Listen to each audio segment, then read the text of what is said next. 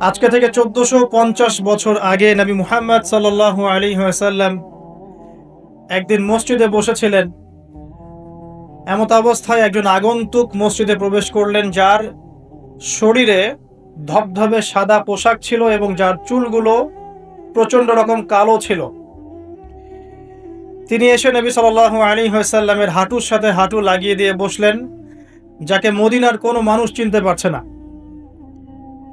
তার দুহাত নবী সাল্লাল্লাহু আলাইহি ওয়াসাল্লামের উরু এর উপরে রাখলেন, রেখে তাকে 4টা প্রশ্ন করলেন।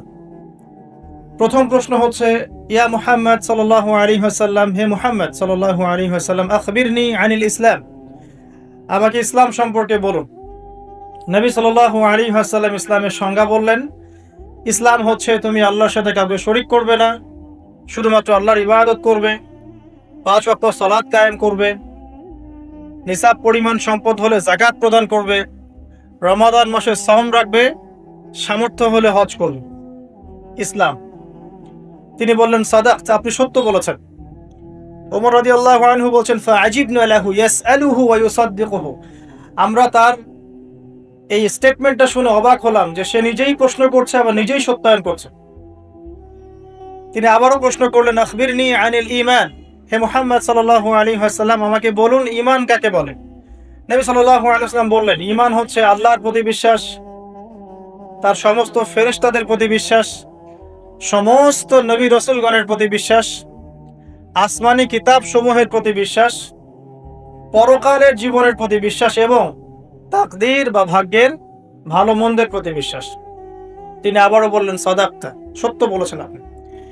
তিনি আবারও প্রশ্ন করলেন, ইয়া মুহাম্মদ সাল্লাল্লাহু আলাইহি ওয়াসাল্লাম, আখবিরনি আনিল ইহসান, আমাকে বলুন ইহসান কাকে বলে।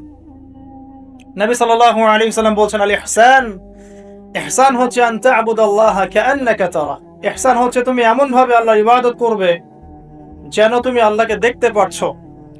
ওয়া ইল্লাম তাকুন তারাহু ফাইন্নাহু ইয়ারাক, যদি তুমি তাকে দেখতে না পারো জেনে রাখবে আল্লাহ তোমাকে দেখছেন।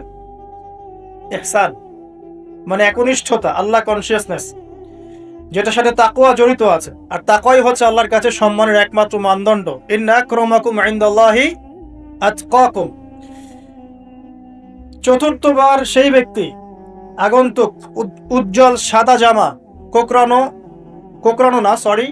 কালো চুল, কুচকুচে কালো চুল। তিনি আবারও জিজ্ঞাসা করছেন, ইয়া মুহাম্মদ আখবিরনি আনিস সাআহ, আমাকে কিয়ামত সম্পর্কে বলুন, কিয়ামত কবে হবে। কি বললেন? কিয়ামত কবে হবে। তাহলে কিয়ামত সম্পর্কে সচেতনতা এটা দ্বীনের একটা অংশ, যেহেতু এখানে দ্বীনের বেসিক প্রশ্নগুলো করা হচ্ছে। এখানে নবী সাল্লাল্লাহু আলাইহি ওয়াসাল্লাম বলছেন, মাল মাসউলু আনহা বিআ'লামা মিনাস সাইল, এ বিষয়ে প্রশ্নকারী এবং উত্তরদাতা উভয়ের জ্ঞানই সমান। প্রশ্নকারীর চেয়ে উত্তরদাতা বেশি জানে না, মানে এক্স্যাক্টলি কোন ডেটে, কোন সালে, কখন কিয়ামত হবে কেউ বলতে পারে না। কেউ পারবে? এবারে প্রশ্নকারী থেমে যাচ্ছেন না, তিনি আবারও প্রশ্ন করছেন, ফাখবিরনি আন আমারাতিহা, তাহলে আমাকে কিয়ামতের কিছু সাইন্স এবং নিদর্শন বলুন। কিয়ামত কবে হবে এক্স্যাক্টলি আমরা বলতে পারছি না, কিন্তু আমাকে কিছু নিদর্শন বলে দিন। নবী মুহাম্মদ সাল্লাল্লাহু আলাইহি ওয়াসাল্লাম এবার 2টো নিদর্শন বলছেন, মাত্র 2টো। লক্ষণীয় বিষয় হচ্ছে যে নবী সাল্লাল্লাহু আলাইহি ওয়াসাল্লাম সারা জীবনে কিয়ামতের শত শত নিদর্শন বলেছেন, তিনি এই হাদিসে মাত্র 2টো বলেই শেষ করে দিলেন। 2টোর মধ্যে একটা হচ্ছে, ওয়ান তারাল উফাতাল উরাতাল আলাতা রিয়াশাই ইয়াতাতাওয়ালুনা ফিল বুনিয়ান ওয়ান তালিদাল আমাতু রাব্বাতুহা। এই 2টা।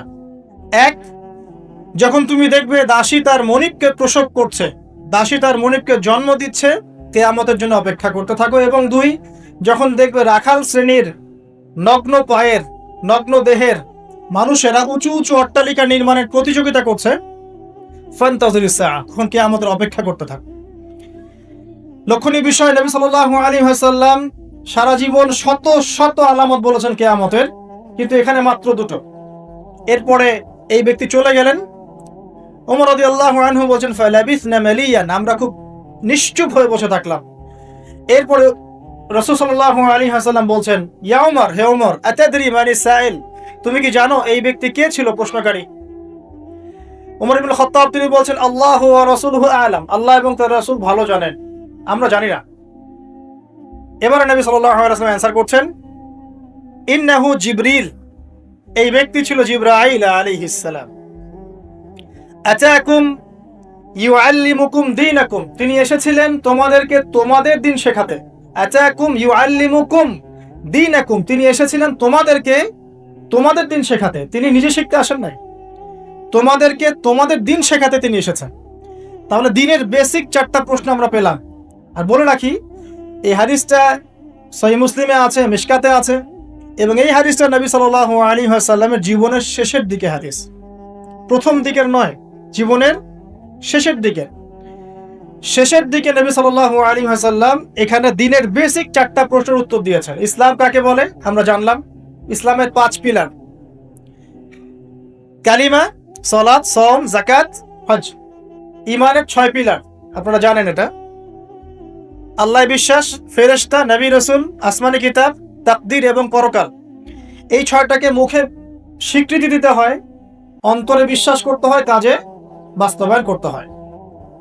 যারা মুরজিয়া তারা মনে করে, মুরজিয়া মানে শৈথিল্যবাদী, তারা মনে করে যে খালি মুখের স্বীকৃতি দিলেই যথেষ্ট, কাজের প্রয়োজন নাই, লা ইলাহা ইল্লাল্লাহ বলেছি এনাফ, আর কিছু লাগবে না। ওদের আকীদা হচ্ছে আমল করলেও হয়, না করলেও হয়, আর ঈমান বাড়েও না কমেও না। তাদের মতে একজন সাধারণ ব্যক্তির ঈমান আবু বকর সিদ্দিক রাদিয়াল্লাহু আনহুর ঈমান সেম, নাউযুবিল্লাহ। অপোজিশনে একটা দল আছে খাওয়ারেজ, যারা মনে করে যে কেউ কবিরা গুনাহ করলেই কাফের, কবিরা গুনাহ করলেই সে হত্যার যোগ্য কাফের হয়ে যায়, এটাও একটা বাতিল আকীদা। মূল বিষয়টা হচ্ছে যে ঈমানের জন্য স্বীকৃতি এবং এই যে মনের বিশ্বাস, এটা হচ্ছে মূল শেকড়, আর আমল হচ্ছে ফুরু, মানে শাখা প্রশাখা। আমল ভালো হলে আপনার ঈমান বাড়তে থাকবে, পাপের কাজ করতে থাকলে ঈমান কমে যায়। তারপরে বেসিক একটা প্রশ্ন, ইহসান কাকে বলে? নবীজি উত্তর দিলেন, এমন ভাবে আল্লাহর ইবাদত করবে যেন আল্লাহকে তুমি দেখছো। এই চেতনা নিয়ে যারা ইবাদত করতে পারে তারা ইহসানের মধ্যে আছে। এর সাথে কিন্তু তাসাউফ শব্দটা জড়িত আছে, আল্লাহর মারিফতকে বুঝতে পারা। আর এখন কিন্তু তাসাউফ একটা ফরগটেন প্যাথ, এই রাস্তায় কেউ চলতে চায় না এখন, বরং তাসাউফের নামে অনেক কিছু বিকৃতি হয়েছে দিনের মধ্যে, এদিকে অনেকে নিজেদের দর্শন হারিয়ে ফেলেছে। কিন্তু তাসাউফের একটা পরিশুদ্ধ রূপ কিন্তু আছে, এমন ভাবে আল্লাহর ইবাদত করো যেন তুমি আল্লাহকে দেখছো, আল্লাহকে ফিল করা, মারিফত অর্জন করা। আর চতুর্থ প্রশ্ন করেছেন কিয়ামত কবে হবে। জীবনের শেষের দিকে নবী সাল্লাল্লাহু আলাইহি ওয়াসাল্লাম ইসলাম শেখাচ্ছেন, তার মধ্যে কিয়ামত কবে হবে প্রশ্নটাকে তিনি রেখেছেন অত্যন্ত গুরুত্বশালী। কারণ তিনি বলছেন আমি জানি না কবে কিয়ামত হবে। প্রশ্নকারী উত্তরদাতার জ্ঞান সমান। আবার প্রশ্ন করা হচ্ছে, তাহলে আমাকে জানায় দেন আলামত কি। তার মানে বুঝতে পারলাম যে আমরা যারা 1450 বছর পর হাদিসটা শুনছি, তাদের কিয়ামত সম্পর্কে সচেতন থাকা উচিত কিছুটা। এটা 1450 বছর আগের হাদিস, তখন তারা এগুলো সম্পর্কে সচেতন ছিলেন। সাহাবায়ে কেরাম রাদিয়াল্লাহু আনহুম আলোচনা করছেন মসজিদে, নবী সাল্লাল্লাহু আলাইহি ওয়াসাল্লাম যাচ্ছেন, জিজ্ঞাসা করছেন কি বিষয়ে কথা বলছো তোমরা? সাহাবীরা বলছেন আমরা কিয়ামত নিয়ে কথা বলছি, আলামাতুস সাআ নিয়ে কথা বলছি। তখন নবীজি সেই বিখ্যাত হাদিসটা বলেছেন যে এই 10টা বিষয় সংঘটিত হওয়ার আগ পর্যন্ত কিয়ামত হবে না। মানে 10 major signs of the last day, মানে শেষ দিবসের 10টা বড় বড় সাইন, এগুলো সবচেয়ে মেজর। তার মধ্যে 1 নাম্বার দাজ্জালের খুরুজ, ইয়াজুজ আর মাজুজের আগমন, দাব্বাতুল আরদ, ঠিক আছে, 3টা বড় বড় ভূমিকম্প, পূর্বে, পশ্চিমে, মাঝখানে, ইয়েমেন থেকে আগুন বের হওয়া, ঈসা ইবনে মারইয়ামের আগমন ইত্যাদি। এরকম 10টা মেজর সায়েন্স দেয়া আছে, এটা আলাদা হাদিস। এখানে নবী সাল্লাল্লাহু আলাইহি ওয়াসাল্লাম মেজর সায়েন্স দুটো বলেননি, এটা কিন্তু ওই 10টা মেজর সায়েন্সের চেয়ে কম, মানে ছোট অংশের সায়েন্স। এখানে দুটোর কথা বলা আছে, এক যখন দাসী তার মনিবকে জন্ম দিবে, আরেকটা হচ্ছে সমাজের সবচেয়ে দরিদ্র শ্রেণীর মানুষেরা উঁচু উঁচু অট্টালিকা নির্মাণের প্রতিযোগিতা করবে। এখন আখিরুজ্জামান সম্পর্কে স্টাডি করতে গিয়ে, আপনিও যদি স্টাডি করেন, আর আখিরুজ্জামান সম্পর্কে স্টাডি করতে গেলে শুধুমাত্র কোরআন এবং হাদিসের নলেজটা যথেষ্ট নয়, এর সাথে অবশ্যই আপনাকে হিস্ট্রি জানতে হবে, ক্লাসিক্যাল হিস্ট্রি, ওয়ার্ল্ড হিস্ট্রি, পাশাপাশি ওয়ার্ল্ড অ্যাফেয়ার্স বুঝতে হবে, বিশ্বে কোথায় কি হচ্ছে, এবং অর্থনীতি জানতে হবে। এই তিনটা জ্ঞান খুব ইম্পর্টেন্ট। না হলে আমরা হাদিসগুলোকে দিয়ে বর্তমান প্রেক্ষাপটকে মেলাতে পারবো না, ডিল করতে পারবো না। আসেন, এখানে দুটো সাইন বলা হচ্ছে এবং এটাকে গুরুত্ব দেওয়া হচ্ছে। যদি আমরা ধরে নেই যে এখানে 100% প্রশ্ন করা হয়েছে, তাহলে 25% প্রশ্ন হচ্ছে কিয়ামত সম্পর্কে। আমি কি বুঝতে পারছি? 4টা প্রশ্ন যদি আমরা ধরি যে 100% ইন টোটাল কনভারসেশন, তাহলে 25% হচ্ছে কিয়ামত সম্পর্কে। তাহলে নিঃসন্দেহে এই বিষয়টা সম্পর্কে সচেতনতা জরুরি। কি জন্য জরুরি? যাতে করে আমরা হতাশ হয়ে বসে থাকি এই জন্যে, বরং আমরা যেন পরিস্থিতি সম্পর্কে সচেতন হয়ে উৎকৃষ্ট কর্মপন্থা বের করতে পারি, এই জন্য জরুরি। নাহলে সাহাবায়ে কেরাম রাদিয়াল্লাহু আনহুমের কি প্রয়োজন ছিল তারা মসজিদে বসে কিয়ামত সম্পর্কে আলোচনা করতেন? দুটো আলামত, এখানে দুটো অনলি। এখান থেকে আমাদের আজকের লেকচারের মূল জায়গা শুরু হচ্ছে। দেখুন, 1 নাম্বার যে আলামতটা নবী সাল্লাল্লাহু আলাইহি ওয়াসাল্লাম বলেছেন সেটা হচ্ছে যখন দাসী তার মনিবকে জন্ম দিবে। দাসী কি মনিবকে জন্ম দিতে পারে? দাসী কাকে বলে? দাসী তো বোঝেন। দাসী কি তার মালিককে জন্ম দিতে পারে? ওলামায়ে কেরাম অনেক ব্যাখ্যা করেছেন। সবচেয়ে কমন যে ব্যাখ্যাটা করা হয়েছে সেটা হচ্ছে যে পিতা মাতার সাথে দাস দাসীর মতো আচরণ করা হবে। এটা কিয়ামতের একটা বড় নিদর্শন। এটা ব্যাখ্যা করার জন্য এখন খুব বেশি দূর যেতে হয় না, আপনি পেপার পত্রিকা এবং প্রিন্ট অ্যান্ড ইলেকট্রনিক মিডিয়াগুলো ঘাটলেই দেখতে পাচ্ছেন পিতা মাতার সাথে আজকে কি রকম নির্মম আচরণ করা হচ্ছে। এই তো কয়েকদিন আগে আমরা দেখলাম যে একজন ছেলে নিজের হাতে তার মাকে গুলি করে মেরে ফেল।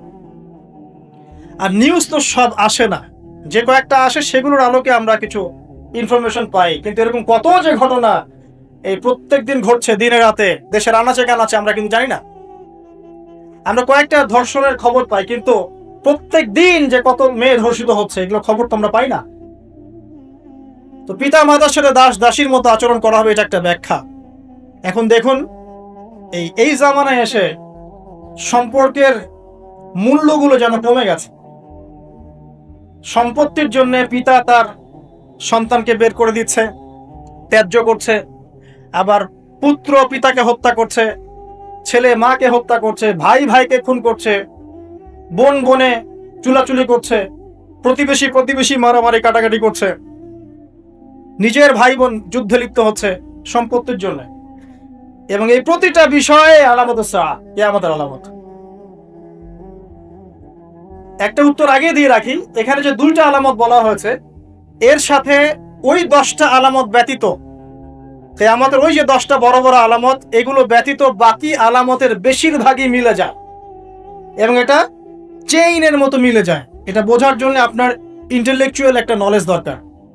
ইনশাআল্লাহ আল্লাহ পাক সেটা আপনাকে দান করবেন ইনশাআল্লাহ, যদি আপনি ওপেন মাইন্ডেড হন, সংকীর্ণ মন না হন। দেখুন, সামাজিক মূল্যবোধটা ভেঙে গেছে, আত্মীয়তার সম্পর্কগুলো এখন আগের মতো নাই। ইভেন প্রতিবেশী কে সেটা খোঁজ নেওয়ার প্রয়োজনে মানুষ মনে করেন। সামান্য রিজনে আমরা একে অপরকে খুন করতে দ্বিধা করছি না, ছিনতাই করতে, চুরি করতে, ডাকাতি করতে। মানে সামাজিক সম্পর্ক যেগুলো ছিল, একটা হৃদ্যতা ভালোবাসার বন্ধন, এটা কিন্তু আর নাই। খুব ভালো করে খেয়াল করে দেখেন, সামাজিক হৃদ্যতার বন্ধনটা আগের মতো নাই। এমনকি যারা দিন বোঝে, দিন ইসলাম বোঝে, তাদের মধ্যেও সম্পর্কগুলো দেখেন, তাদের ভিতরেও সম্পর্কের দৈন্যতা আছে। মুখে যতই ঐক্যের কথা বলুক না কেন, ভিতরে দেখবেন হিংসা, বিদ্বেষ, গীবত, তমত, সমালোচনার অসুস্থ সংস্কৃতি লালন করছে। সম্পর্কের সেই আগের হৃদ্যতা, মাধুর্যগুলো এখন আর পাওয়া যায়। এখানে বোঝানো হচ্ছে দাসী তার মনিবকে জন্ম দিবে, স্পেশালি পিতা মাতার সাথে দাস দাসীর মতো আচরণ করা হবে। কত বড় বড় ডিগ্রিধারী মানুষের বাবা মা এখন বৃদ্ধাশ্রমে আছেন আপনি জানেন না, আমি জানি না। কেমব্রিজ, অক্সফোর্ড, হার্ভার্ড থেকে পড়ে এসেছে, এসে পিতা মাতাকে বৃদ্ধাশ্রমে দিয়েছে। যে পিতার হাত ধরে সে হাঁটা শিখেছে, শেষ বয়সে ওই পিতার লাঠি সে হতে পারে নাই। যে মা প্রসব বেদনা সহ্য করে তাকে জন্ম দিয়েছে, সেই মায়ের বুকে গুলি চালাতে এখন সন্তানের হাত কাঁপছে না। কিয়ামতের আর কোন নিদর্শনের জন্য আমরা অপেক্ষা করে বসে আছি? যাক, ওদিকে গেলে অনেক লম্বা হয়ে যান। এবার আসেন, যদি দ্বিতীয় অর্থ নেই, আরেকটা অর্থ দেয়া হয়েছে, এটা ইন্টারপ্রিটেশন, ব্যাখ্যা, যে দাসী তার মনিবকে জন্ম দিবে মানে হচ্ছে সমাজের সত্য মিথ্যা, ন্যায় অন্যায়, ভালো মন্দের মানদণ্ডটা উল্টে যাবে। এবং এই ব্যাখ্যাটা আমার কাছে খুব পছন্দনীয় ব্যাখ্যা। মানে দাসী মনিবকে জন্ম দিবে মানে উল্টা জিনিস হচ্ছে না এখানে। তার মানে সমাজের যে ন্যায় অন্যায়ের মানদণ্ড আছে, হক বাতিলের মানদণ্ড, এটা উল্টে যাবে। এবং এই হক বাতিলের মানদণ্ড প্রতিটা ক্ষেত্র থেকে উঠে গেছে। আপনাকে দেখাচ্ছি, মনে করেন আমরা ছোটবেলা থেকে 25-30 বছর পর্যন্ত পড়াশোনা করি। এখন জ্ঞান অর্জনের মানদণ্ড কি হবে? আল্লাহর সন্তুষ্টি অর্জন করা, আল্লাহর দিনকে শেখা, সেই দিন পালন করা, এর প্রচার করা, এর প্রতিষ্ঠা করা। ম্যাক্সিমাম আমাদের মধ্যে এখন পড়াশোনা করছে দুনিয়ার জন্য, অনলি ফর একটা চাকরি, একটা ব্যবসা, একটা ক্যারিয়ার, এতটুকু, একটা সার্টিফিকেট। তাহলে পড়াশোনার ক্ষেত্রে আপনার মানদণ্ড উল্টে গেছে। সত্য গ্রহণ করার ক্ষেত্রে আমরা মানদণ্ড কি রাখবো? যে আল্লাহ এবং তার রাসূল যা বলেছেন এটা সত্য, এর বাইরে সত্যের কোনো উৎস নাই। কিন্তু এখন আমাদের সত্য মিথ্যা গ্রহণের মানদণ্ড এমন, পশ্চিমারা যা বলবে ওটাই সত্য, ওটা কোরআন সুন্নাহর সাথে মিলুক চাই না মিলুক। পশ্চিমার মনে করেন যত তন্ত্রমন্ত্র আছে, যত তন্ত্রমন্ত্র, পলিটিক্যাল তন্ত্র বলেন, ইকোনমিক তন্ত্র বলেন, সামাজিক তন্ত্র বলেন, হ্যাঁ, এক একটা নাম নিয়ে বললে বুঝতে পারতেন, যে ফেমিনিস্ট রেভলিউশন, কমিউনিজম, আপনার ওই যে সোকল ডেমোক্রেসি আর কি, সোকল যেটা যেটা সত্যিকার অর্থে না, সোকল্ড একটা সেকুলারিজম, এটা আসলে সেকুলারিজম না, সোকল্ড সেকুলারিজম। প্রতিটা মতবাদ পশ্চিম থেকে এখানে এসেছে, এবং এগুলোকে দিয়ে আমরা কোরআন হাদিসকে এখন যাচাই করা শুরু করেছি। কোরআন হাদিসকে দিয়ে এগুলোকে যাচাই করব এটা না, এগুলোকে দিয়ে কোরআন সুন্নাহকে যাচাই করে আমরা সত্য মিথ্যা গ্রহণ করছি। তাহলে দর্শন নেয়ার ক্ষেত্রেও কিন্তু আমরা সত্য মিথ্যার মানদণ্ড উল্টে দিয়েছি। দাসী মনিবকে জন্ম দিয়েছে এখানে, তাই না? দিন প্রচার ক্ষেত্রে, দিনের ক্ষেত্রে মুসলিম যারা আছে, আমরা আমাদের মধ্যে মানদণ্ড থাকবে এমন যে আমরা উদারপন্থী হব, আমরা দিন নিজেরা পালন করব, সহজ করে দিব, মানুষ পালন করবে, দিনের দাওয়াতি কাজ হবে, প্রসার হবে, ঐক্যবদ্ধ প্ল্যাটফর্ম থাকবে। দেখবেন সব উল্টে গেছে, ব্যক্তি জীবন থেকেই দিন বিদায় নিচ্ছে।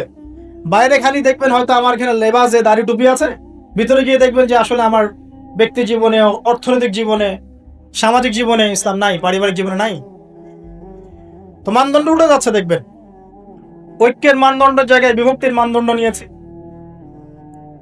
তারপরে অর্থনৈতিক জীবনে যান, এখানে দেখেন মানদণ্ড দেখেন, মানুষ এখন হালাল হারামের যার্রা পরিমাণ পরোয়া করে না। অল্প কিছু মানুষ বাদ দিয়ে এই সব কিছুর বাইরে কিছু মানুষ আছে যারা একটু ব্যাকডেটেড, সেকেলে, যারা একটু মৌলবাদী টাইপের, এরা একটু অন্যভাবে চিন্তা করে আর কি।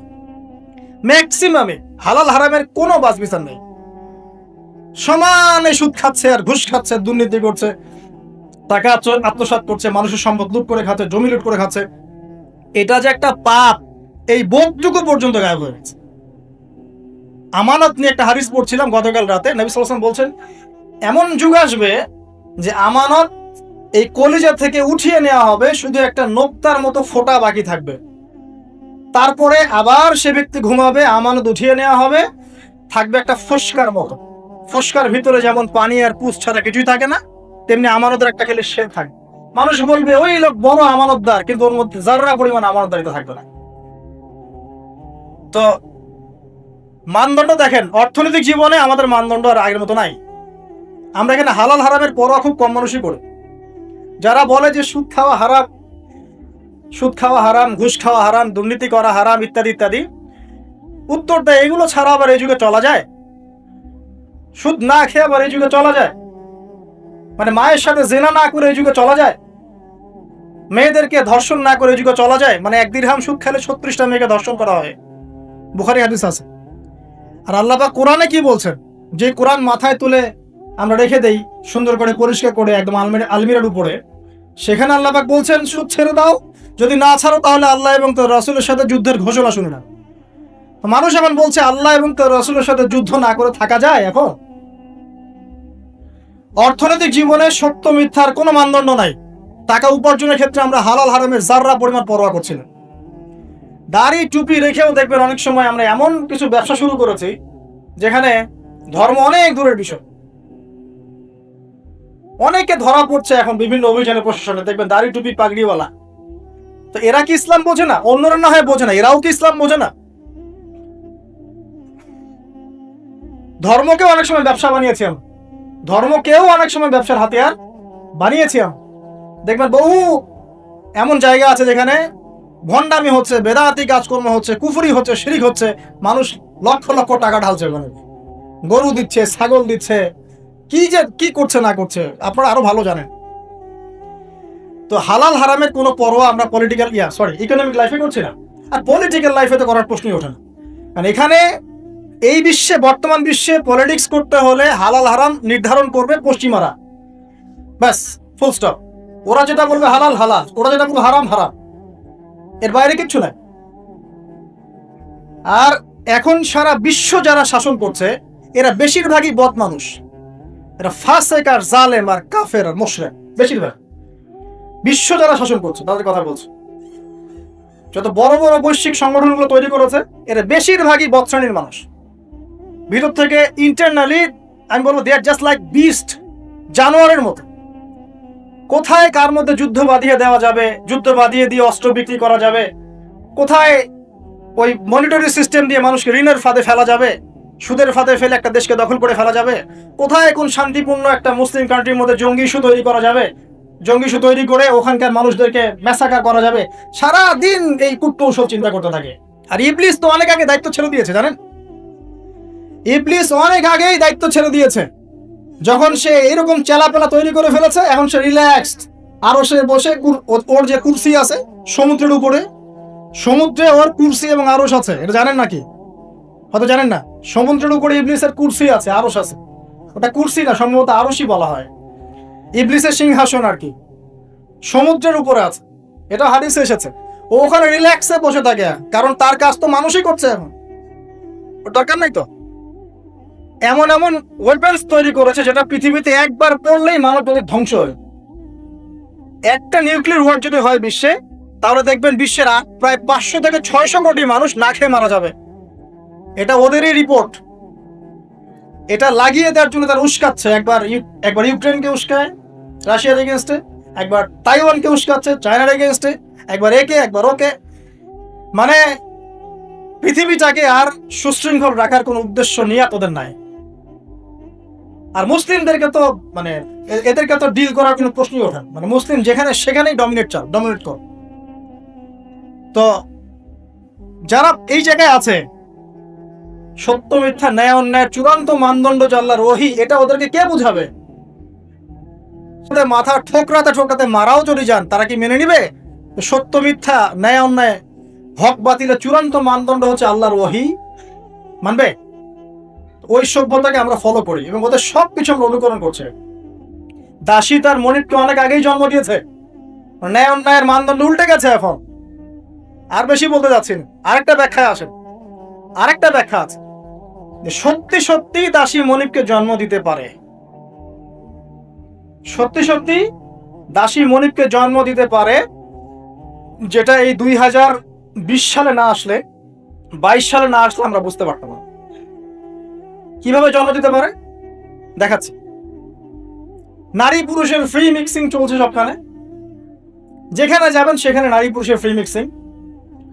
যত ফ্রি মিক্সিং হয়েছে তত জেনা বেড়েছে, তত বেপরদামি বেড়েছে, তত বেশি রেপ হয়েছে, ধর্ষণ বাড়ছে। এর সাথে আছে পর্নোগ্রাফি, যেটা মানুষকে ভিতর থেকে পশু বানিয়ে দিয়েছে। বাসের মধ্যে একটা মেয়ে যাচ্ছে, 4-5 জন ধরে রেপ করে রেখে দিল। অটোতে একটা মেয়ে যাচ্ছে, একটা বাচ্চা মেয়ে রেপ করে রেখে। এমনকি এমনও নিউজ পাওয়া যাচ্ছে পশু পাখির সাথে মানুষ জেনা লিপ্ত হচ্ছে। একটা ছেলে আরেকটা ছেলের সাথে জেনা লিপ্ত হচ্ছে, নাউজুবিল্লাহ। এবং কোন কোন ক্ষেত্রে এরকম 2-1টা ঘটনা মাদ্রাসাতেও ঘটছে। মানে পর্নোগ্রাফি দিয়ে সবাইকে পশু বানিয়ে দেওয়া হচ্ছে। খেয়াল করে দেখেন। এরপরে আবার পরকীয়া আছে। যখন এরকম বেপরদামি, ধর্ষণ, ফেমিনিস্ট রেভলিউশন, ফ্রি মিক্সিং বাড়তে আছে, তখন কিন্তু ভালোবাসাটাকে, ভালোবাসা বলে একটা ব্যাপার যে আছে, লাভ, আল্লাহর পক্ষ থেকে যে ভালোবাসা আছে, এই লাভটাকে যৌনতা দিয়ে চেঞ্জ করে দেওয়া হচ্ছে। ভালোবাসার চাইতে এখন মানুষ যৌন বিষয়টাকে বেশি গুরুত্ব দেয়। মানে মেয়েকে জাস্ট ভোগ করতে হবে, ভালোবাসা, তার সাথে কোমল থাকা, তার কষ্ট দেয়াগুলোকে একটু হাসি মুখে সহ্য করা, সবর করা, এগুলো কিন্তু নাই দেখবেন। এর উপর আবার বাইরের মিডিয়াগুলো আছে এবং পরকীয়া, যেটা মিডিয়াগুলো উস্কায় দিচ্ছে ফিল্মের মধ্য দিয়ে, আপনার সিরিয়ালের মধ্য দিয়ে, যে পরকীয়া একটা ভালো জিনিস, ট্রেন্ড, এক নতুন ফ্যাশন। তখন ঘরে ঘরে আপনি কি মনে করছেন, অলমোস্ট এভরি সিঙ্গেল ফ্যামিলি এখন পরকীয়াতে আসক্ত, জানেন? Almost every single family. অনেক ক্ষেত্রে ইসলামিক পরিবারগুলোর মধ্যে ওগুলো ঢুকে গেছে। আর যারা ইসলাম থেকে অনেক দূরে, ওদের কথা কি চিন্তা করতে থাকেন তাহলে? কেউ স্বামী স্ত্রীকে নিয়ে সন্তুষ্ট না, স্ত্রী স্বামীকে নিয়ে সন্তুষ্ট না, ভিতরে ভিতরে ভাঙন চলছে। আর যখন এই ভাঙনগুলো চলতে আছে, তখন মেয়েরা সন্তান জন্ম দেওয়ার ফুরসত পাচ্ছেন। কারণ ওদের আবার কেরিয়ার বলে একটা ব্যাপার আছে, কেরিয়ারটাকে বিল্ড আপ করতে হবে সন্তান পরে। যখন সন্তান জন্ম দেওয়ার ফুরসত পাচ্ছে না, তখন কি করতে হবে? ওই পশ্চিমাদের মতো, এই ধরনের কান্ট্রিগুলোর মতো, ওখানকার মেয়েরা সন্তান জন্ম দেওয়ার সময় পায় না, ওরা জেনা করার সময় পায়। দেখা যায়, একটা জরিপে দেখা গেছে যে বিয়ের আগে একটা ছেলে প্রায় 20 থেকে 22টা মেয়ের সাথে যৌন সম্পর্ক করে।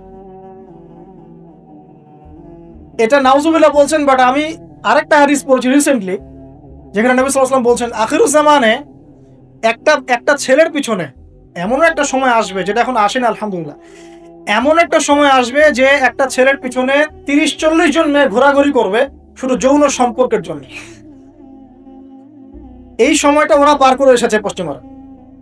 আচ্ছা, তো যেহেতু সন্তান জন্ম দেওয়ার ফুরসত নাই, ক্যারিয়ার আছে, জেনা ওপেন, জেনা চাইলেই মানুষ করতে পারে, বিয়ে করার প্রয়োজন হয় না, মদ ওপেন, জেনা ওপেন, পতিতালয় ওপেন, সবই ওপেন।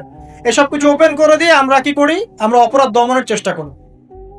কি চমৎকার সাইকোলজি আমাদের, বাহবা দিতেই হয়। সব ওপেন, ওদের ওখানে ওপেন। তো ওখানে আর মেয়েরা চাকরি বাকরি এসবের দিকে ফোকাস করতে করতে সন্তান জন্ম দেওয়ার সময় নাই। কি করতে হবে? দরিদ্র যে কান্ট্রিগুলো আছে, যেমন ওই যে ইন্দোনেশিয়া, শ্রীলঙ্কা, কোনো কোনো ক্ষেত্রে আরো যে আপনার ওই যে আফ্রিকার কিছু কান্ট্রি, নাইজেরিয়া, যে ঘানা, যে মালি, এই টাইপের যে কান্ট্রিগুলো আছে, দরিদ্র, একদম দরিদ্র কান্ট্রি, এদের থেকে মেয়েদেরকে হায়ার কর। কিসের বিনিময়ে? যে তোমাকে ডলার দেওয়া হবে। ডলার কি জিনিস সেটা তো বোঝেন, এটা অস্ত্র, সারা বিশ্বকে শাসন কর। আমি ছাপাবো, আমার প্রেস আছে, আমার সিনেট আছে, আমরা ছাপাবো, আর আমরা হচ্ছি ওয়ার্ল্ডের সুপার পাওয়ার, আমরা চাইলে ছাপাতে পারি, আমাদেরকে বলার কেউ নেই। ছাপাবো, ওইটা দিয়ে আমি তেল কিনবো, তাহলে এটাও আমার, ওইটাও আমার। এখন তেল যে কিনছি, ওকে আমি সেই ডলারগুলো দিচ্ছি, সে ওই ডলারগুলো নিয়ে মনে করছে আমি অনেক ধনী হয়ে গেলাম। হ্যাঁ, এবং সে ধনী হচ্ছেও, কারণ এটা চলছে সারা ওয়ার্ল্ডে। সে তার প্রযুক্তিগত উন্নয়ন, বস্তুবাদী উন্নয়ন করতে থাকলো, ভোগ বিলাসে ব্যস্ত থাকলো। এরপর আবার সে ওই টাকা দিয়ে আমার কাছে অস্ত্র কিনছে। যে ডলার আমি তাকে দিলাম তেলের বিনিময়ে, এবার সেই ডলার দিয়ে সে আমার কাছ থেকে আবার অস্ত্র কিনছে। এবার আমি আবার অস্ত্রকে সেলও করলাম, তাহলে সবই আমার, আদতে আপনার কিছু না। আর ওই অস্ত্র দিয়ে আপনি কি করছেন? ওই অস্ত্র দিয়ে আপনি মুসলিম কান্ট্রিদের মধ্যে গিয়ে মুসলিমদেরকে হত্যা করছেন। আর কোনো কোনো ক্ষেত্রে ইনোসেন্ট দুইটা কান্ট্রির মধ্যে লড়াই লাগিয়ে দিয়ে আমি অস্ত্র ব্যবসা করছি, কোটি কোটি টাকা, কোটি কোটি ডলার। এই হলো যে চরিত্র। আমি কখনো বলি নাই যে ওরা ইয়াজুজ আর মাজুজ, আমি শুধু এতটুকু বলেছি যে ওদের মধ্যে ইয়াজুজ আর মাজুজের চরিত্র আছে, সারা দুনিয়া ফাসাদ সৃষ্টি করে বেড়ান। মূল পয়েন্টে আসেন, ওইসব দরিদ্র কান্ট্রি থেকে মেয়েদেরকে নিয়ে ডলারের বিনিময়ে মেয়েদের গর্ভটা ভাড়া নেওয়া হচ্ছে। 9 মাস এখানে স্পার্ম ইনজেক্ট করা হবে এবং এর ফলে একটা বেবি হবে, এবং এই বেবিকে অনেক ভালো কিছু খাওয়াতে হবে। এই জন্য 9 মাস তাকে খুব ভালো পানি, ভালো খাবার দেওয়া হয়।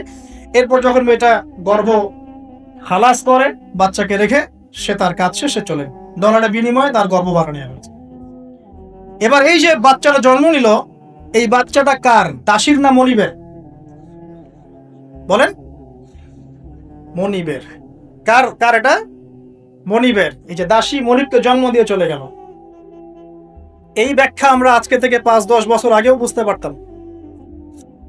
তার মানে কোরআন এবং সুন্নাহ কি কিয়ামত পর্যন্ত থাকবে না? একটা সাইনকে কেন্দ্র করে অনেকগুলো বিষয় বলা সম্ভব হলো। তাই বলছি, এই দুটোর সাথে কিয়ামতের ছোট ছোট আলামতগুলো সবগুলোই মোটামুটি কানেক্টেড।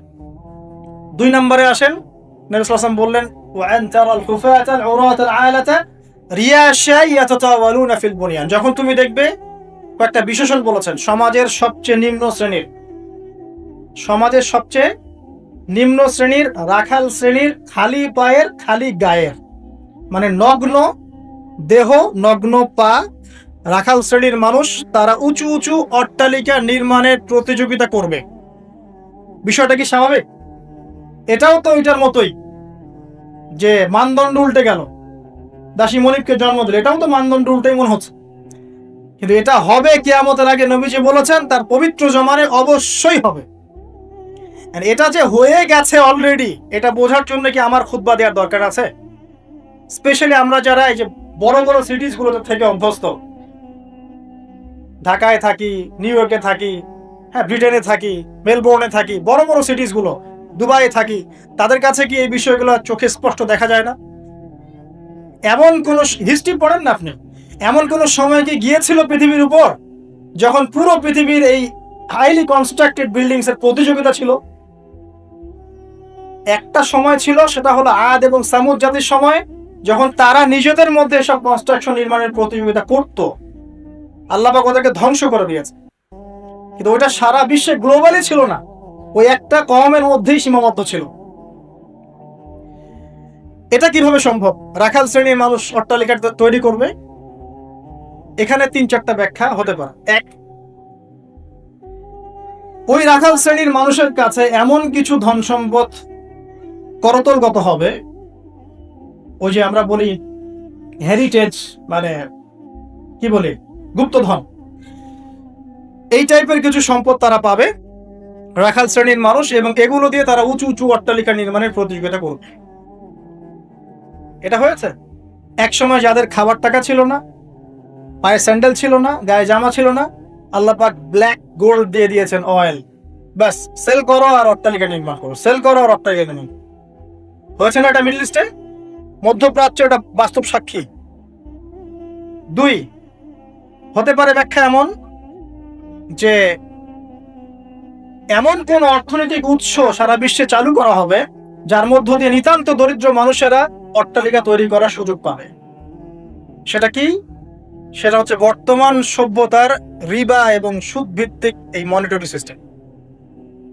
এই সুদ ভিত্তিক মনিটারি সিস্টেম এবং ব্যাংকিং সিস্টেমের মাধ্যমেই সম্ভব রাখালের অট্টালিকা নির্মাণ করা। সে গিয়ে বলবে আমি, আমার জমি আছে বা আমি জমি চাই, আমার ফ্ল্যাট দরকার, এটা দরকার, ওটা দরকার। কি করতে হবে? লোন দিতে হবে। ওকে, লোন নাও, 1 কোটি টাকা নাও, তোমাকে 10 বছর সময় দিচ্ছি, 10 বছর পর তোমাকে 1,50,00,000 দিতে হবে। সে মনে করবে হ্যাঁ কোনো সমস্যা নেই, 10 বছর টাইম দেওয়া হয়েছে, একটু না হয় বেশি দিলাম চার্জ, বাট আমি তো আমার স্বপ্ন পূরণ করছি। অথচ সে বুঝতে পারলো না, সে মায়ের সাথে জিনা করলো, যে খেলো সেও জেনা করলো, যে খাওয়ালো সেও জেনা করলো, যে সাক্ষী থাকলো সেও করলো, যে লিখে রাখলো সেও। এর ফলশ্রুতিতে এলিট সোসাইটির খুব একটা সমস্যা হয়নি। এই রিবার মূল পরিণতিটা হচ্ছে যে দরিদ্র মানুষরা দিন দিন দারিদ্রতার অতল তলে যেতে থাকে। খুব এলিট সোসাইটি যারা, ওদের খুব একটা সমস্যা হবে না। এটাই রিবা। যারা রিবাকে ফ্রন্ট করেছে সারা বিশ্বে, ওই সভ্যতার কিন্তু খুব একটা ক্ষতি হচ্ছে না। যাদেরকে ও সুদ খাওয়াচ্ছে, IMF এর থ্রু দিয়ে বলেন, ওয়ার্ল্ড ব্যাংকের থ্রু দিয়ে বলেন, সবাইকে সুদ খাওয়াচ্ছে। ঋণ চাচ্ছ, ঋণ দিব, এইসব শর্তগুলো দেখে ঋণ দিব, তবে আমাকে এত % দিতে হবে, অত % দিতে হবে। এখন এই পার্সেন্টেজের টাকাটা কত টাকা, এই টাকাটা কি আমাদেরকে দিতে হবে না? অতএব এখানে সুদ আমরা খাচ্ছি, খেতে হচ্ছে। সারা ওয়ার্ল্ড এভাবে চলছে। এখন আপনি কি ওয়ার্ল্ডের বাইরে যেতে পারবেন? পারবেন না। তো সারা বিশ্বে এভাবে এই সুদ ভিত্তিক মনিটারি সিস্টেমের মধ্য দিয়ে দরিদ্র শ্রেণীর মানুষকে উঁচু উঁচু অট্টালিকা নির্মাণের সুযোগ করে দেওয়া হয়েছে। সংক্ষেপে বললাম। আরেকটা ব্যাখ্যা হতে পারে, এবং আমার কাছে এই ব্যাখ্যাটা খুব ভালো লাগে, সেটা হলো দুর্নীতি এবং করাপশনের মধ্য দিয়ে কালো টাকা অর্জন করে সেই টাকা দিয়ে দরিদ্র রাখাল শ্রেণীর মানুষ উঁচু উঁচু অট্টালিকা নির্মাণ করবে। এটা জাজল্যমান প্রমাণ এখনকার যত মুসলিম কান্ট্রি আছে, সবগুলো মুসলিম কান্ট্রি করাপশনের মধ্য দিয়ে, কালো টাকার মধ্য দিয়ে, জুলুমের মধ্য দিয়ে, মানুষের টাকা আত্মসাতের মধ্য দিয়ে, সরকারি মাল আত্মসাতের মধ্য দিয়ে কোটি কোটি টাকার মালিক হয়েছে কালো টাকা সব, এবং এটা একটা বড় অংশ পাচারও করা হয়ে গেছে। তো 3টা ব্যাখ্যাই মিলাতে পারবেন আপনি, কিভাবে একজন রাখাল শ্রেণীর মানুষ উঁচু উঁচু অট্টালিকা নির্মাণ করতে পারে। হয় তার কাছে গুপ্তধন সে প্রাপ্ত হবে আল্লাহর পক্ষ থেকে, অথবা সে সুদভিত্তিক ব্যাংকিং সিস্টেমের মধ্যে দিয়ে এটা করবে, অথবা সে জুলুম এবং করাপশনের মধ্যে দিয়ে এটা করবে। তবে শেষ কথা হচ্ছে, সবকিছু করার পরেও কিয়ামত পর্যন্ত এই হাদিসে জিবরিলে তার নাম রাখালি থেকে যাবে, রাখালি থেকে যাবে, রাখালি থেকে। আপনি কি বুঝতে পারছেন? সম্মান দেওয়ার মালিককে। যত কিছুই করুক না কেন, কিয়ামত পর্যন্ত এই হাদিসের মধ্যে ওদেরকে এই নামেই ডাকা হবে, ওয়ান তারাল হুফাতাল উরাতাল আলাতা রিয়াশাই ইয়াতাতাওয়ালুনা ফিল বুনিয়ান, এভাবেই ডাকা হবে। এই সায়েন্স গুলো নবী সাল্লাল্লাহু আলাইহি ওয়াসাল্লাম বলেছেন। এর পাশাপাশি আরো অনেক কথা তিনি বলেছেন। মানুষের মধ্যে ধর্মীয় জীবন থেকে ইসলাম আস্তে আস্তে সংকীর্ণ হয়ে আসবে, উম্মার মধ্যে ফাটল বাড়তে থাকবে, মানুষ দ্বীনের জ্ঞান অর্জনকে খুব একটা মূল্যায়ন করবে না, ইলম উঠে যাবে, আলেম ওলামাদের মৃত্যু হবে, ওলামাদের উপর জুলুম আসবে, জাহেলদেরকে মানুষ আলেম রূপে গ্রহণ করা শুরু করবে, মানুষ ইসলামকে বিকৃত ব্যাখ্যা করা শুরু করবে, এবং এমন একটা সময় আসবে যে কাফের মুশরিক মুনাফিকরা পর্যন্ত ইসলামের ব্যাখ্যা নিয়ে মুসলিমদের সাথে তর্ক করবে। পারিবারিক বন্ধন ভাঙবে, বাবা মা সন্তান সন্ততি পারিবারিক বন্ধন ভাঙবে, প্রচুর জেনা বাড়বে এবং জেনাকে মানুষ হালাল মনে করবে, প্রচুর মাদক বাড়বে, মাদককে মানুষ হালাল মনে করবে, পরকীয়াকে মানুষ হালাল মনে করবে, বাদ্যযন্ত্রগুলোকে মানুষ হালাল মনে করবে, বিনোদনের নামে এন্টারটেইনমেন্টের নামে মানুষ এমন এমন হারাম কাজে লিপ্ত হবে যার ফলশ্রুতিতে তাদেরকে একদিন বানর এবং শুয়োর বানিয়ে দেওয়া হবে। আল্লাহ পাকের দয়া না থাকলে আর পৃথিবীতে যদি অন্য মাখলুক না থাকতো, আল্লাহ পাক আসমান থেকে বৃষ্টি বন্ধ করে দিতেন। এগুলোর ফলশ্রুতিতে মুসলিমদের উপরে দুর্দশা নেমে আসবে, দুর্ভোগ নেমে আসবে, খুনাখুনি বাড়বে, হারাজ বাড়বে। নবীজি বলছেন হারাজ হচ্ছে এমন বিষয়, একজন ব্যক্তি মারা যাবে, সে জানবে না কেন মারা গেলাম। একজন ব্যক্তিকে মেরে ফেলা হবে, যে মারবে সেও বুঝতে পারবে না কেন তাকে মারছি, আর যে মারা যাবে সেও বুঝতে পারবে না কেন আমাকে মারলো। সবচেয়ে মারাত্মক হচ্ছে যে ফ্যামিলিস্ট রেভলিউশন বাড়বে, মহিলাদের মধ্যে বেপরদামি বাড়বে, ব্যভিচার বাড়বে এবং পতিতাদের সংখ্যা বাড়বে। এটা ফ্রি হয়ে যাবে, মানুষ সবার উন্মুক্ত হয়ে যাবে, ইজি আপনার কাছে উন্মুক্ত হয়ে যাবে, মাদক ইজি উন্মুক্ত হয়ে যাবে, অশ্লীলতার প্রসার ঘটবে। তখন আল্লাহ রাসূল বলছে সাল্লাল্লাহু আলাইহি ওয়াসাল্লাম, আল্লাহ পাকের পক্ষ থেকে ভূমি ধসের আযাব আসবে, ভূমি ধসের আযাব আসবে, জালজালা ভূমিকম্প আসবে এবং আকৃতি পরিবর্তনের আযাব আসবে, মানুষের আকৃতি পরিবর্তন হবে। তিনি বলছেন সময়গুলো এমন ভাবে যাবে যেন মানুষের কাছে মনে হবে যে গতকালটা আজকের চাইতে ভালো ছিল। মানুষের কাছে এমন মনে হবে গতকালটা আজকের চাইতে ভালো ছিল, গত বছর এই বছর হচ্ছে ভালো ছিল। মানুষের কাছে মনে হবে যে হায় আমি যদি কবরবাসী হতাম, কবরের পাশ দিয়ে হেঁটে যাবে আর বলবে হায় আমি যদি জীবিত না থেকে কবরবাসী হতাম। প্রকৃতিও পরিবর্তন হয়ে যাবে, প্রকৃতি ঋতু পরিবর্তন হয়ে যাবে, বৃষ্টিপাতের মধ্যে সমস্যা সৃষ্টি হবে, বন্যা বলেন, ভূমিকম্প বলেন, খরা, দুর্যোগ যা যা দেখছেন আল্লাহর পক্ষ থেকে গজব, আযাব এগুলো ক্রমান্বয়ে বাড়তে থাকবে। এমনকি সময়কে কেন্দ্র করে বলা হয়েছে সময় পর্যন্ত সংক্ষিপ্ত হয়ে আসবে, এত দ্রুত টাইম পাস হয়ে যাবে যে মানুষ মনে করবে যে একটা বছর চলে যাচ্ছে একটা মাসের মতো, একটা মাস একটা সপ্তাহ, একটা সপ্তাহ একটা দিনের মতো, একটা দিন একটা ঘন্টার মতো। উম্মার দুর্দশা, নবী সাল্লাল্লাহু আলাইহি ওয়াসাল্লাম বলছেন তোমরা সংখ্যায় প্রচুর হবে, তোমরা বিভক্ত হয়ে থাকবে খন্ডে খন্ডে, তোমরা সংখ্যায় প্রচুর হবে, কিন্তু মৃত্যুর ভয় তোমাদেরকে পেয়ে বসবে এবং তোমরা আল্লাহর রাস্তায় আল্লাহর দ্বীনের জন্য সংগ্রাম করতে চাইবে না। এতে করে তোমাদের উপরে বহিঃশত্রুর আক্রমণ চাপিয়ে দেওয়া হবে, জুলুম বাড়বে, মাজলুমের সংখ্যা বাড়তে থাকবে, জালেমকে অবকাশ দেওয়া হবে, জালেমকে ছাড় দেওয়া হবে, জালেমকে ছাড় দেওয়া হবে। সে জুলুম করতে করতে এমন পর্যায়ে নিয়ে যাবে যে মনে হবে যে তারা এই বিশ্বের নতুন ফেরাউন। ইসলামের এগেইনস্টে যে শক্তিগুলো আছে এরা শক্তিশালী হতে থাকবে, ওদের মধ্যে ইউনাইটেড বন্ড দেখা যাবে। স্পেশালি জেরুজালেমের কথা এসেছে যে ওই জায়গাটা শক্তিশালী হবে। শাম এবং ইরাকের মাঝখানের যে পয়েন্টের কথা আসছে, মাসিহুদ দাজ্জাল ইস্পাহান নামক জায়গার কথা আছে, এখান থেকে সে খুরুজ হবে। তার খুরুজ মানে আত্মপ্রকাশ। ছোট ছোট যত আলামত গুলো আছে এগুলোকে যদি আপনি একত্রিত করেন এই দুইটা আলামতের সাথে মেলাতে পারবেন, দাসী মনিবকে জন্ম দিচ্ছে, আর সমাজের সবচেয়ে নিম্ন শ্রেণীর মানুষ অট্টালিকা নির্মাণের প্রতিযোগিতা করছে। বাকি যে বড় বড় সায়েন্স গুলো আছে সেগুলো এখনো আসে নাই। আর আমরা চাই না আসলে যে আমাদের জীবদ্দশা গুলো আমাদের সামনে আসুক। কেউই চাইবো না যে আমরা দাজ্জালকে দেখি, দাজ্জাল আত্মপ্রকাশ করুক, ইয়াজুজ আর মাজুজ ধেয়ে আসুক, ভূমিকম্প হতে থাক বড় বড়। আমরা চাইবো না যে ইয়েমেন থেকে আগুন বের হয়ে আসুক, আমরা সেখানে থাকি। তো সামনে কি? আমরা যখন বলি যে কিয়ামত নিকটবর্তী, তার মানে এই না যে কালকে কিয়ামত। মূলত এই বিষয়টা বোঝানো হয় যে কিয়ামতের সাইন্স গুলো, নিদর্শন গুলো একটা একটা একটা একটা করে এমন ভাবে আবির্ভূত হয়েছে যেন পুঁথি থেকে মালা ছিঁড়ে ছিঁড়ে পড়লে যত দ্রুত আবির্ভূত, এভাবে এসেছে। বিগত 100 বছরে এমন ভাবে এটা আবির্ভূত হয়েছে যেটা আপনি বিগত আগের সময়গুলোতে কল্পনা করতে পারবেন না। যেমন ফেমিনিস্ট রেভলিউশন, যেমন পেট্রোল আর মনিটরিং সিস্টেম, যেমন সারা বিশ্বে মুসলিমদের উপর ম্যাসাকার জুলুম এবং দ্বীনের সংকীর্ণতা, এই জিনিসগুলো লাস্ট 100 বছরের বেশি এসেছে। আমরা জানি এর আগেও এগুলো এসেছে আবার ঠিক হয়েছে, এসেছে আবার ঠিক হয়েছে। বাট সামনে মালহামা আছে, আর কি আছে?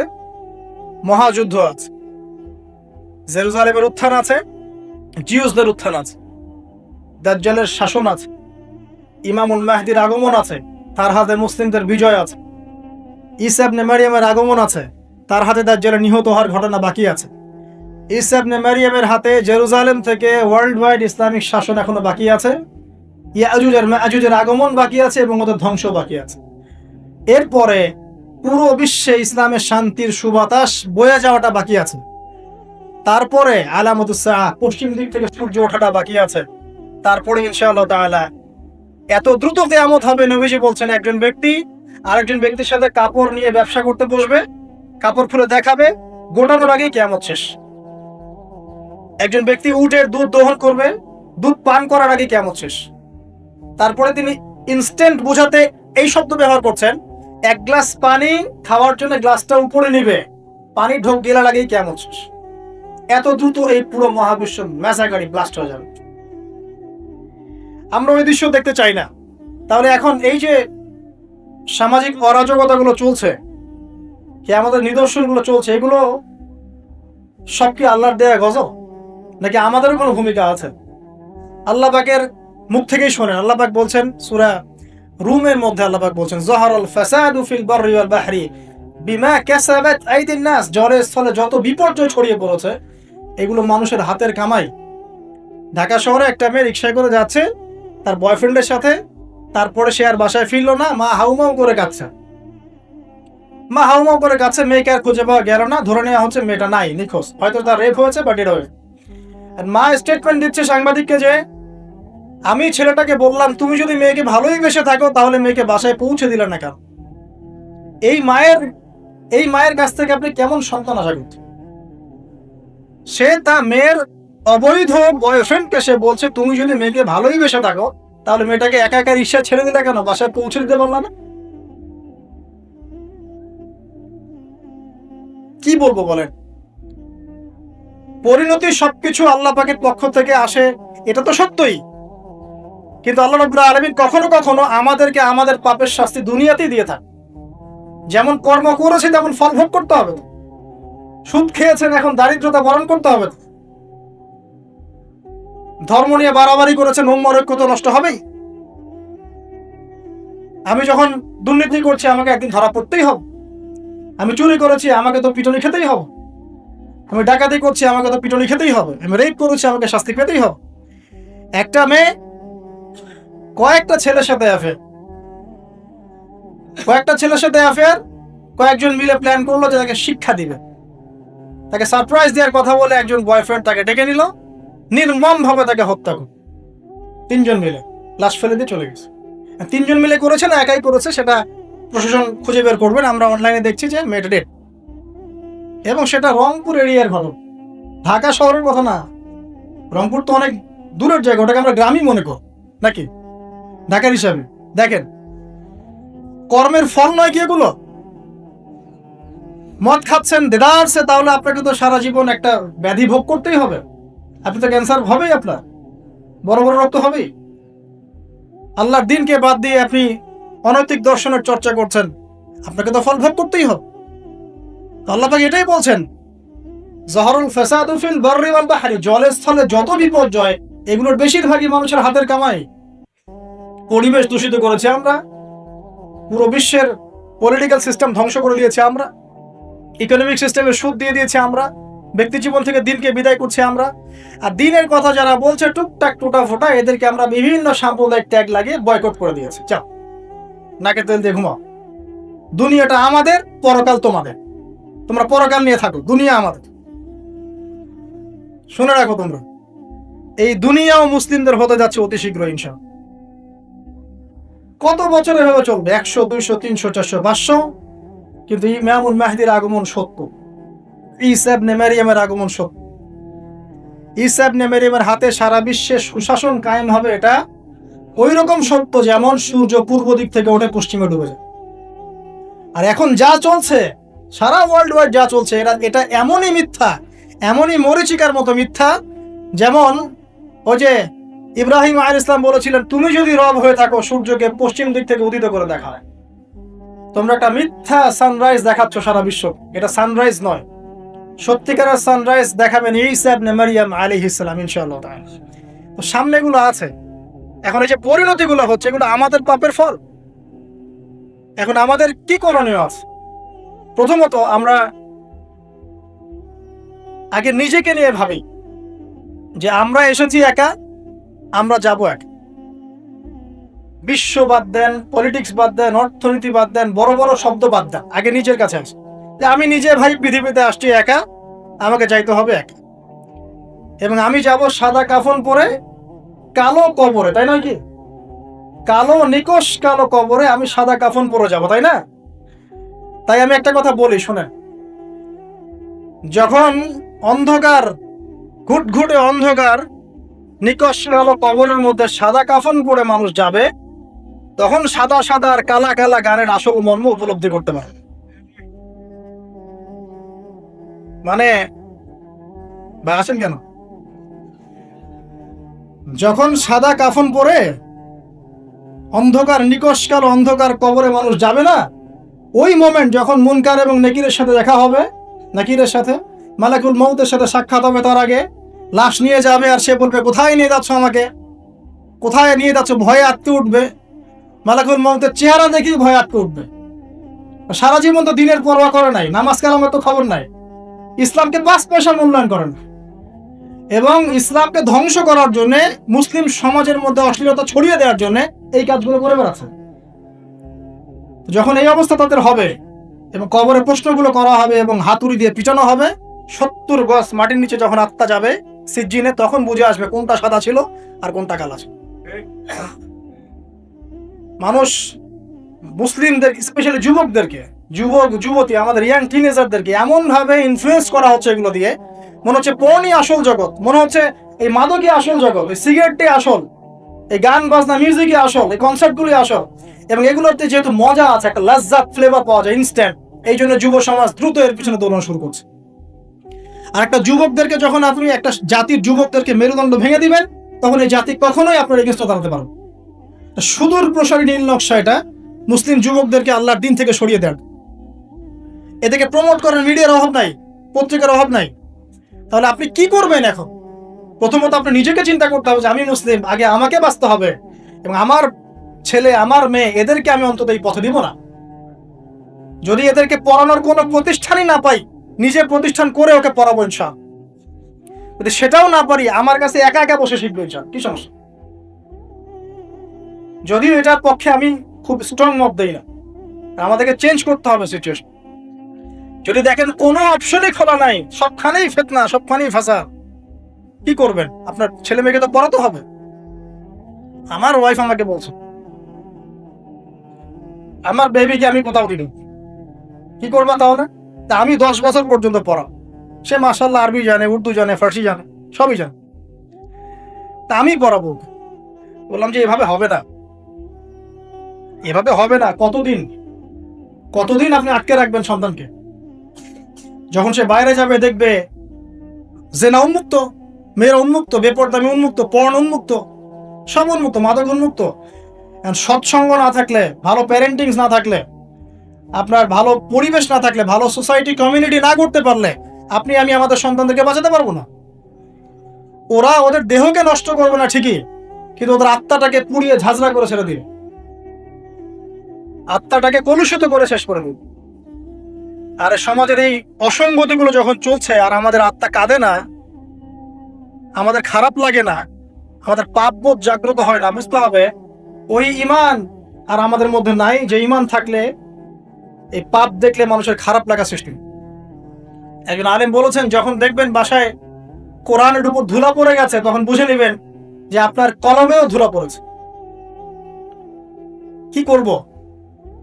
নিজে বাঁচার জন্য আগে নিজেকে চিন্তা করতে হবে যে আমি আখিরাতের বান্দা, দুনিয়াতে এসেছি মেহমানের মতো, আল্লাহ কিছু দায়িত্ব কর্তব্য দিয়েছেন, টাইম শেষ হবে আল্লাহ পাক টাইম দিয়ে এনে চলে যায়।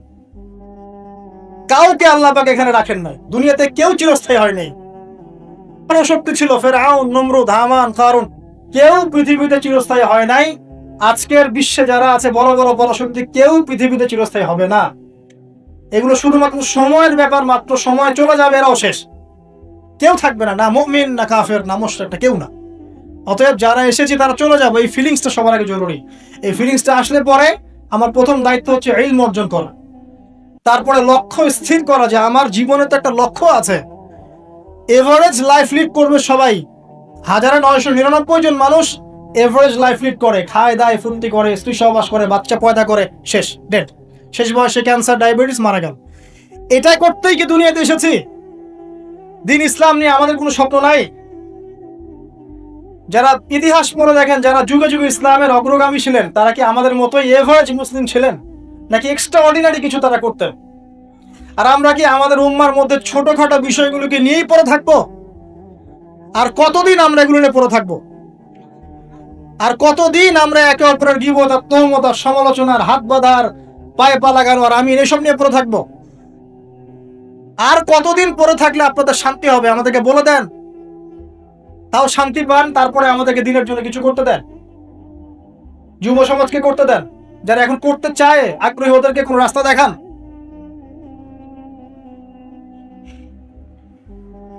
লক্ষ্য স্থির করতে হবে এবং কনস্ট্রাকটিভ কাজ করতে হবে।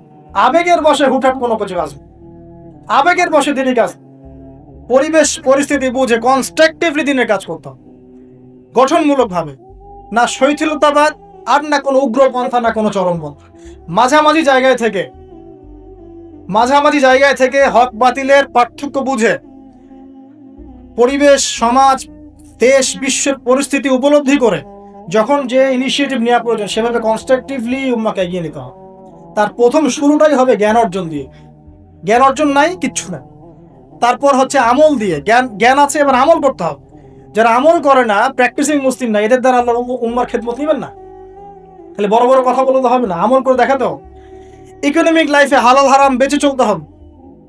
পারিবারিক লাইফে নিজের স্ত্রী সন্তানদেরকে ইসলামিক এনভায়রনমেন্টে রাখতে হবে, পরিবেশ তৈরি করতে হবে। আমি যদি আমার পরিবারের মধ্যে দিনকে প্রতিষ্ঠা করতে না পারি, তাহলে কিভাবে আমি আমার উম্মার মধ্যে দিনকে নিয়ে চিন্তা করব, প্রতিষ্ঠা করব? হ্যাঁ, এটা হতে পারে। ইব্রাহিম আলাইহিস সালামের বাবা ইসলাম কবুল করেন না, এটা হতে পারে। নূহ আলাইহিস সালামের সন্তান ইসলাম কবুল করেন, এমনটা হতে পারে। কিন্তু এগুলো রেয়ার ঘটনা। আর exceptional anything is not an example. একটা কথা আছে যে এক্সেপশনাল কোনো কিছু একটা কনস্ট্যান্ট ফিক্স এক্সাম্পল হতে পারে। এগুলো ব্যতিক্রম ধর্মী কথা, এটাও হতে পারে। কিন্তু আমাদের ইসলামিক প্যারেন্টিং আনতে হবে পরিবারের মধ্যে। আমাদের আগামী প্রজন্মকে নিয়ে স্বপ্ন দেখা শিখতে হবে। আগামী প্রজন্মকে কিভাবে মানুষ করব, কি পড়াবো, ওদেরকে কি খাওয়াবো, কোন এনভায়রনমেন্টে বড় করব। এমন ভাবে পরিস্থিতি পরিবর্তন হচ্ছে, খারাপের দিকে যাচ্ছে। কোনো কোনো ক্ষেত্রে আইন শৃঙ্খলা বাহিনীর যে সদস্যরা আছেন তারা হিমশিম খেয়ে দেন যে মানুষ এরকম পাপ করতে পারে। তাদের মাথার উপর দিয়ে যাচ্ছে যে মানুষ এইভাবে পাপ করতে পারে। একটা কথা আমি বলি, এখন এই যুগে মানুষ এমন এমন পাপ করছে, এমন এমন ক্রাইম করছে যা কোনো চোখ দেখে নাই, কোনো কান শোনে নাই, কোনো অন্তর কল্পনা করতে পারে। আপনি প্র্যাকটিক্যালি দেখে নেন। এনভায়রনমেন্টটা চেঞ্জ করতে হলে আমাদেরকে পারিবারিকভাবেই চেঞ্জ করতে হবে, সোশ্যালি চেঞ্জ করতে হবে। কমিউনিটি দরকার, যারা ইসলামিক এই ফিলোসফিগুলো লালন করে তাদের মধ্যে একটা মিউচুয়াল বন্ধন দরকার, হৃদ্যতার ভালোবাসা, ওপেন মাইন্ডেড হওয়া, কনজাস্টেড না হওয়া, সংকীর্ণ মানসিকতা না হওয়া, এবং সাম্প্রদায়িক থটগুলো বাদ দিতে হবে। আমি একাই সঠিক, বাকি সব বাতিল, হ্যাঁ আমি একাই ইসলামের মধ্যে আছে, বাকি সব খারেজি। মানে মানুষকে খারেজি বলতে বলতে বলতে নিজেই কখন খারেজি হয়ে যায় তার ঠিক নাই। ও নিজে বাদ দিয়ে বাকি সবই খারেজি, মানে কোনো মিউচুয়াল আন্ডারস্ট্যান্ডিং নাই। যদি বাংলাদেশের কোনো মানুষ সব আলেমদেরকে একটা জায়গায় নিয়ে বসাতে পারে, বসে এক কাপ চা খাওয়াতে পারে, আমার মনে হয় এই কাজের ওসিলা আল্লাহ তাকে জান্নাত দিয়ে দিবেন। এটা এত কঠিন এবং এত বড় একটা কাজ, যদি কেউ করতে পারেন আপনাদের মধ্যে, সব ওলামায়ে কেরামকে এক জায়গায় বসাবেন, বসে এক কাপ চা খাওয়ায় দেখানো, তারপরে দিনের কথা বলতে আসে, ঐক্যের কথা এবং আল্লাহর রাস্তায় অমুক তমুক পরে বলতে আসে। দেখেন এটা পারেন কিনা। তো স্বপ্ন দেখা শিখতে হবে পরবর্তী প্রজন্মকে নিয়ে, আমাদেরকে নিয়ে। আর লম্বা করছেন, ইকোনমিক লাইফটাকে হালাল হারামি মেনে চলতে হবে। যে যেখানে থাকবো, আমরা যদি গভর্নমেন্ট জব করি, বেসরকারি জব করি, বা কৃষি কাজের ক্ষেত্রে কাজ করি, বিজনেস করি, অনেস্টির পরিচয় দেওয়া দরকার। আগে একজন ভালো মানুষ হই, তারপরে ভালো মুসলিমের দিকে আসেন। আগে মানুষ তো হন, একজন ভালো মানুষ তো হই, একজন ভালো মানুষের মন ধারণ করি, এরপরে ইনশাআল্লাহ তাআলা দিনের যে জ্ঞান আপনি অর্জন করেছেন, আমল করেছেন, আপনি এখন পরিবার করেছেন, আলহামদুলিল্লাহ হালাল হারাম মেনে চলছেন, ইসলামের দাওয়াত আপনি প্রচার করতে শুরু করেন, এবং সেটা মধ্যম পন্থায়, উগ্র পন্থায় না, শৈথিলতাবাদ প্রদর্শন করেও না। পলিটিক্যালি যারা আছে তাদের সাথে কোনো কনফ্লিক্টে যাবেন না, মানে রাষ্ট্রবিরোধী কোনো বিদ্রোহের দিকে কখনো যাবেন, এতে কোনো কল্যাণ দেখা যায় না। যারা এই কথাগুলো বলে শুনতে খুব চটকদার মনে হয়, কিন্তু বাস্তবতা এমন নয়, বরং এতে রাষ্ট্রের ক্ষতি, জাতির ক্ষতি, উম্মার ক্ষতি হলো। যতটুকু কাজ করার ফ্রি একটা অ্যাক্সেস আছে, এটাও দেখবেন কনজাস্টেড বন্ধ হয়ে পড়ে আছে। অতএব এইসব উদ্ভট ফিলোসফির দিকে যাওয়ার প্রয়োজন নাই, বরং যারাই থাক উত্তম নসিহত করেন, ভালো নসিহত করেন, ভুল হলে সংশোধন করে দেন গঠনমূলক ভাবে। এরপরেও যদি না কথা শুনে, আলহামদুলিল্লাহ ছেড়ে দেন। খালি উপদেশ দেন, আপনি উপদেশ দাতা, আপনি তাদের প্রতি দারোগা নন, যার যার কর্মফল শেষে ভোগ করবে। আল্লাহ পাক বলছে, বলে নদী যখন এরকম অন্যায়, অত্যাচার, পাপাচার চলতে থাকবে, আল্লাহ পাক বলছেন তখন আমার পক্ষ থেকে আমি বড় আযাবের আগে, পরকালের বড় শাস্তির আগে দুনিয়াতে ছোট ছোট আযাব পাঠাতে থাকবো। আল্লাহ তো বলেছেন পাঠাবেন, রিল্যাক্স থাকেন। ইনশাআল্লাহ তাআলা কনস্ট্রাকটিভলি এই কাজগুলো করতে পারলে আশা করা যায় একদিনে ফল পাওয়া কখনোই যাবে না। আমাদের নবীজি 23 বছর লেগেছে, আস্তে আস্তে ইনশাআল্লাহ তাআলা আমরা না হোক আমাদের পরের জেনারেশন, তারা না হোক তারপরের জেনারেশন, তারা না হোক তারপরের জেনারেশন, একটা জেনারেশন আসবে পৃথিবীর বুকে, নিশ্চিত থাকেন, যারা ইনশাআল্লাহ আযজা ওয়া জাল এই দুনিয়া থেকে সমস্ত জুলুমের শেকড় উপড়ে ফেলে দেবে। আমরা বেঁচে থাকি আর না থাকি ওই দিন পর্যন্ত আমরা দোয়া করে যাব, আল্লাহ পাক যেন একদিন এই সারা পৃথিবীর বুকে ইসলামের বিজয় দান করেন, এবং সমস্ত জুলুম, অন্যায়, অত্যাচার, পাপাচার আল্লাহ পাক এদের মূল শেকড়টাকে উৎপাটিত করে। আল্লাহ রাব্বুল আলামিন মুসলিমদের হারানো সেই যে গৌরব, ঐতিহ্য, সেটা আবার ফিরিয়ে আনার তৌফিক দান করেন। ব্যক্তিগত জীবনে আমাদেরকে প্র্যাকটিসিং মুসলিম হওয়ার তৌফিক দান করুন, বেশি বেশি ইলম অর্জন করার তৌফিক দান করুন, আমল করার তৌফিক দান করুন, আত্মশুদ্ধি অর্জন করার তৌফিক দান করুন। মুসলিম উম্মার মাঝে ইখতিলাফ বৃদ্ধি না করে উম্মাকে ঐক্যবদ্ধ করার প্রয়াস চালানোর তৌফিক দান। আল্লাহ রাব্বুল আলামিন আমাদের অর্থনৈতিক জীবনে হালাল হারাম মেনে চলার তৌফিক দান করুন, এবং আমাদের যে যেখানে আছে সবাইকে, হোক সে পলিটিক্যাল কোনো জায়গা, বা অর্থনৈতিক কোনো জায়গা, বা প্রশাসনের কোনো জায়গা, বা ব্যক্তি পর্যায়ে, যে যেখানেই আছে আল্লাহ পাক সবাইকে, সব মুসলিমকে তার পক্ষ থেকে হেদায়েত দান করুন।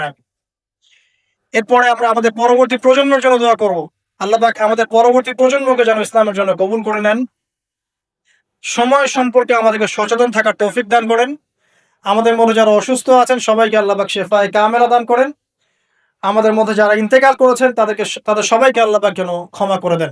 পরিশেষে আমাদের মধ্যে যারা রিজিকের টেনশনে ভুগছেন, হতাশায় ভুগছেন, জীবনের লক্ষ্য উদ্দেশ্যে স্থির করতে পারছেন না, আল্লাহ রাব্বুল আলামিনের আল্লাহকে চিনতে পারছেন না, আমরা দোয়া করি আল্লাহ পাক তাদেরকে 5 ওয়াক্ত নামাজি বানিয়ে দিন এবং কোরআনের কাছে আসার তৌফিক দান করুন। ইনশাআল্লাহ তাদের জীবনের সমস্ত সমস্যা আল্লাহ পাক দূর করে দিবেন ইনশাআল্লাহ। আর আগামী দিনের ইসলামের যে বিজয় হতে যাচ্ছে ইনশাআল্লাহ তাআলা, আমাদেরকে সেই বিষয়গুলো জানার, চর্চা করার এবং অন্যকে জানিয়ে উৎসাহিত করার তৌফিক দান করুন, আমিন। কারণ এখন আমরা খুব হীনমন্যতায় ভুগি এবং আমরা যেন আমাদের সেই পুরাতন গৌরবময় ইতিহাস ভুলতে বসেছি। এই অসুস্থ ট্রেন্ড থেকে, অসুস্থ সমালোচনার, অসুস্থ এই সাংস্কৃতিক ট্রেন্ড থেকে আল্লাহ পাক যেন আমাদেরকে বের করে আনেন, আমিন। আমরা এখানে শেষ করছি আজকে। সুবহানাকা আল্লাহুম্মা ওয়া বিহামদিক, আশহাদু আল্লা ইলাহা ইল্লা আনতা আস্তাগফিরুকা ওয়া আতুবু ইলাইক। আসসালামু আলাইকুম ওয়া রাহমাতুল্লাহি ওয়া বারাকাতুহু।